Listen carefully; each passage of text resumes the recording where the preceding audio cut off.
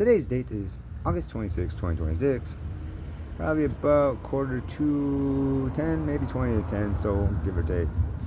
Just went in and used the bathroom where I'm at.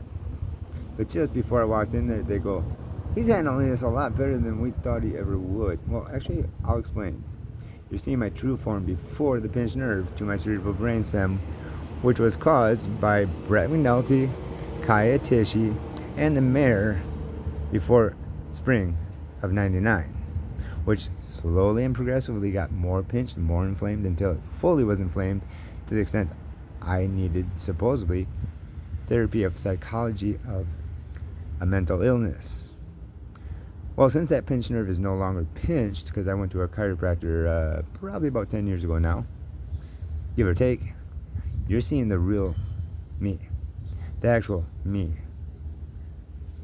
Pretty scary stuff when you come for someone that's innocent, of my true form.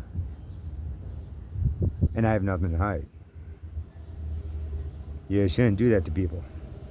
Especially knowing, with the fact, the UN, since 78, because they had this ability given to them with satellite video and audio of the whole entire world to keep track of everything, so that they get things properly correct, which they didn't start until they had that all neatly organized, which they started in 78. I was born in 82. This government of ours has had it before than they did to control their nuclear defense.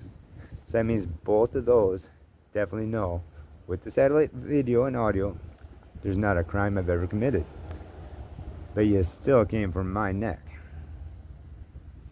causing that pinched nerve by having me assaulted by Brett and them through a roofie before spring of 99, mayor, and thousands of times before that having me roofied by like Mike Owen, Dan Sneen, then Brett McNulty. So that gave me a lot of practice before August of 99. Still being 16 when Clinton goes, let's do it. Knowing the whole entire time there's not a single piece of evidence of any wrongdoing by me with the satellite video and audio, both at the UN level and Pentagon level, federal level.